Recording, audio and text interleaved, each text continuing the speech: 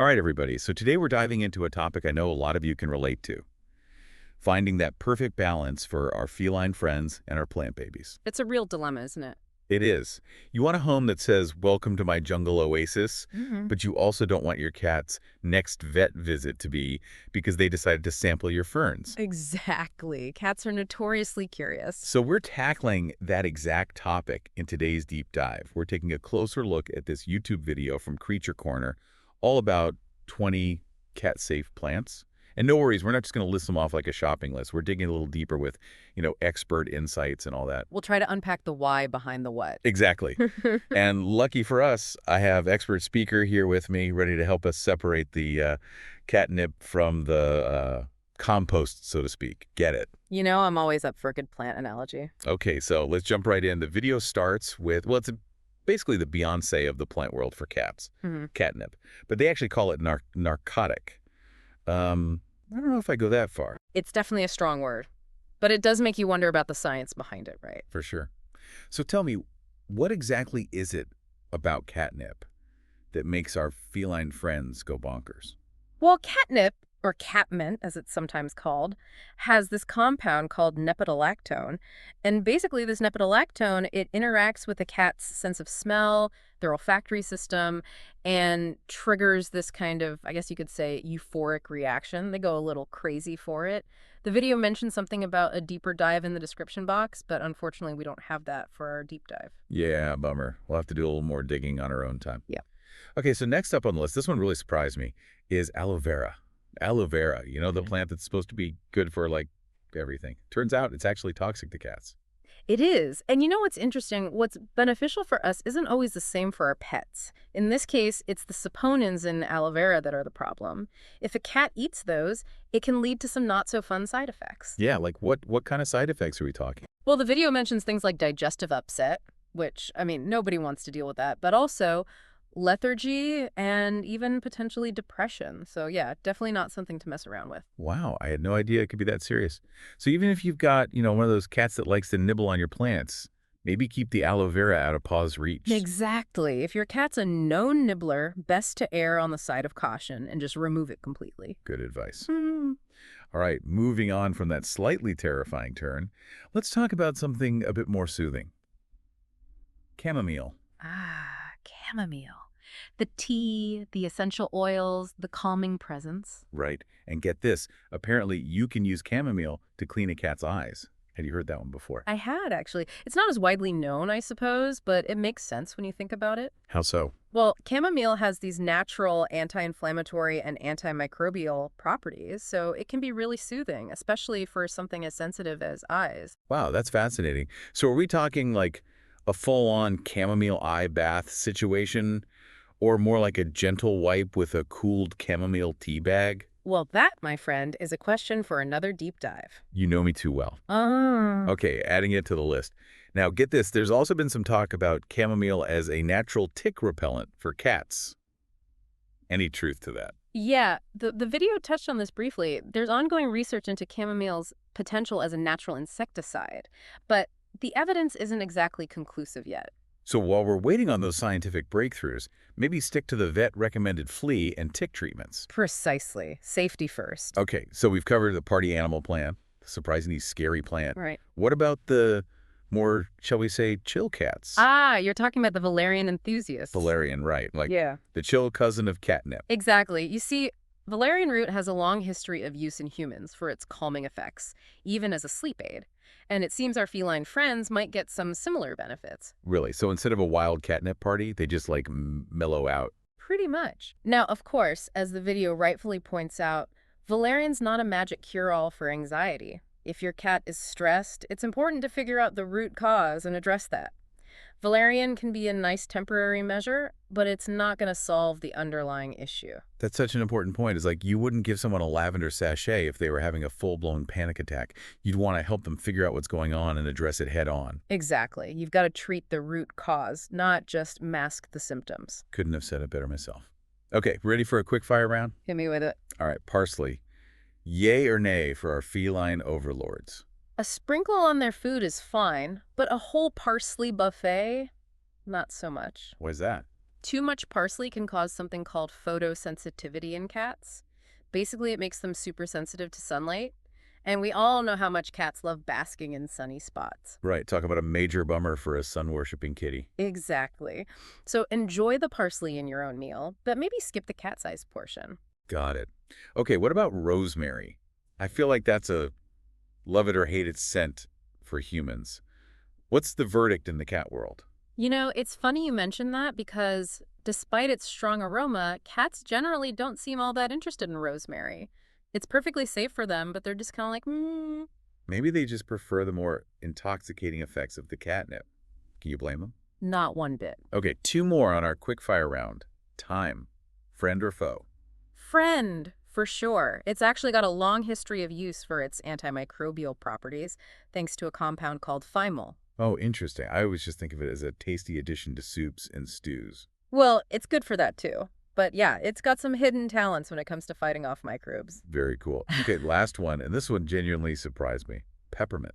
Peppermint, what about it? Well, I always thought it was like the ultimate cat repellent. Like if you don't want your cat scratching your furniture, put some peppermint oil on it. Right, I've heard that one too. But it turns out, in large doses, peppermint can actually be toxic to them. It's true. And you know what? It's something a lot of people don't realize. So why is that? What is it about peppermint that's dangerous? It's the essential oils in it. In large amounts, those essential oils can cause all sorts of problems like vomiting and digestive upset. So how much are we talking? Like if my cat takes a little sniff of my peppermint tea, am I going to need to rush them to the emergency vet? No, it's not quite that dire. The good news is that strong minty smell usually deters cats from ingesting large amounts. So a little sniff here and there is unlikely to do any harm. That's a relief. Definitely. Okay, so we've covered a lot of ground here. We talked about the good, the bad, and the surprisingly toxic. But before we get ahead of ourselves, what about that easy on the eyes, safe for the kitties plant? You know the one I'm talking about? Are you talking about the yellow palm? The yellow palm. Such a classic for a reason, isn't it? I know, right? It's like the perfect house guest, low maintenance, looks great in any room. And doesn't pose a threat to curious kitties. Exactly.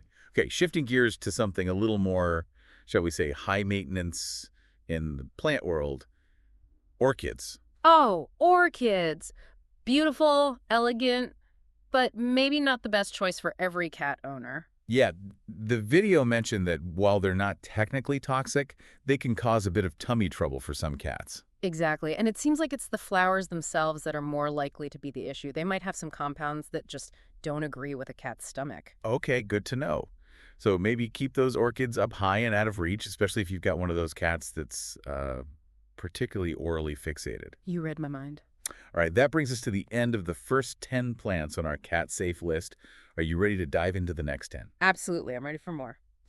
All right, so venturing into the second half of our cat-safe plant hit list, we're starting with, well, this one's for the books. Oh, do tell. Dandelion? Wait, really? Those little yellow guys that pop up everywhere? The one and the same. And get this, they're not just harmless, they might even be good for your cat. Okay, now you've got my attention. I thought those were like the enemy of a pristine lawn. Well, maybe for us lawn-obsessed humans, but for our feline friends, they could be a little health booster. How so? What's the deal with dandelions? Well, the greens are a natural diuretic, and there's some talk about them helping with hairballs, though I will say more research is needed on that front. So instead of waging war on those dandelions, maybe I should be offering them up as a snack for my cat. A little nibble here and there probably wouldn't hurt. All right, moving on from the humble dandelion to something a bit more exotic. Cat's claw. Cat's claw. Like actual claws. Not quite. We're not talking about giving your cat Wolverine-level upgrades. Okay, good to know. Because as much as I love my cat, I'm not sure I'm ready for her to have retractable adamantium claws. I hear you. No, cat's claw is actually a type of vine. It's been used in herbal medicine for ages for its anti-inflammatory properties. Really? I had no idea. It's true. You can even find it in some pet supplements, from the garden to the medicine cabinet. What can't this plant do? Okay, what's up next on our botanical journey? Prepare to be amazed, because we're talking about the stunning, the captivating, the oh-so-Instagrammable Calathea. Calathea. Those are those ones with the gorgeous, almost unreal patterns on their leaves, right? Exactly. They look like they were hand-painted by Mother Nature herself. I've totally walked past those at the plant store and thought, Oh, there's no way that thing is safe for my cat. Well, I'm happy to report that you can have your gorgeous foliage and your cat-friendly home too. Calatheas are a win-win. Amazing. Okay, I'm sensing a theme here because this next one also has me thinking about delicious smells. Mm-hmm. And maybe dinner. What's the deal with basil? Cat safe or no-go? As long as your cat isn't sneaking bites of your pesto, a little bit of basil is perfectly fine. That's good to know. Now, you can't talk about herbs without mentioning sage. I love the smell of sage, and I'm always tempted to burn it, but is it safe for my cat? You're in luck. Sage is considered safe for cats, and apparently they're not even that drawn to it. So feel free to light that sage bundle without worrying about your cat getting any funny ideas. Okay, that's good to know. No accidental catnip-like experiences from my sage. Precisely. All right, moving on to a plant that always makes me think of pandas for some reason. Yeah. Bamboo. Although I doubt my cat would be caught dead trying to munch on a bamboo shoot. Probably not. But bamboo can actually make a really cool and, more importantly, safe scratching post. Oh, that's a fantastic idea. I love it. Especially for cat owners who are trying to be more eco-conscious. Exactly. Okay, we're getting close to the end of our list. What's left? Two more that I think you'll recognize. The bottle palm and the spider plant. Oh, yeah, classics. Those are both super popular for a reason. Right. They're low maintenance, they look cool, and of course, they're perfectly safe for our feline companions. It's like the trifecta of houseplants. Okay, we're down to the wire. What are the final two contenders in our cat-safe plant showdown? Get ready for some intrigue, because these last two are a bit more unusual. First up, we have myrrh. Myrrh, as in frankincense and... The one and only.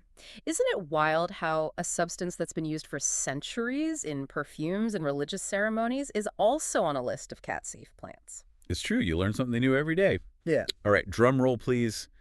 What's the final plant gracing our top 20? Prepare yourself for this one. It's the artillery plant. The artillery plant. Okay, now that one sounds a little intense. Like, does it launch projectiles at unsuspecting passersby? Thankfully not. The origins of its name are a bit of a mystery. Well, as long as it's not going to turn my living room into a war zone, I'm intrigued. Don't worry, it's perfectly safe for cats. That's good to know.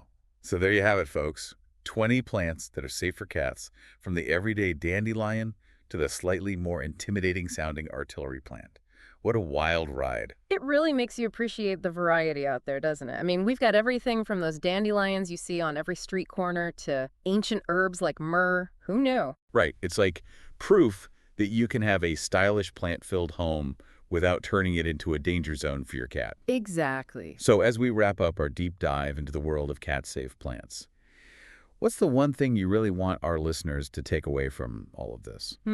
That's a good question. I think the most important thing is to remember that it's not just about avoiding the toxic stuff. It's about creating a space where your cat can really thrive. Ooh, I like that. Cat thriving. So what does that look like? Give us the details. Well, think about it. You can use plants to actually enrich your cat's environment. A little catnip for playtime, some valerian for those moments when they need to chill. Oh, and what about a sturdy bamboo stalk for scratching? Yeah, exactly. And why stop there? We talked about all those beautiful cat-safe flowers. Imagine the sensory experience your cat could have with those. Visual stimulation, interesting scents. It's like creating a whole cat-friendly jungle gym, but with style. Exactly. And the best part is you can tailor it to your cat's personality.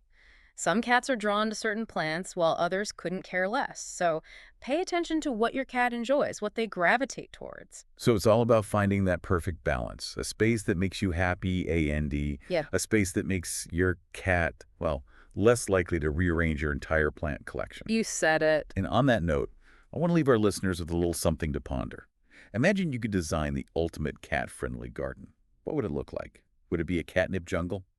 A valerian oasis? Maybe a sunbathing platform overlooking a sea of cat-safe blooms? We want to hear your wildest ideas. Share them with us on social media. And until next time, may your homes be filled with happy purrs and thriving greenery.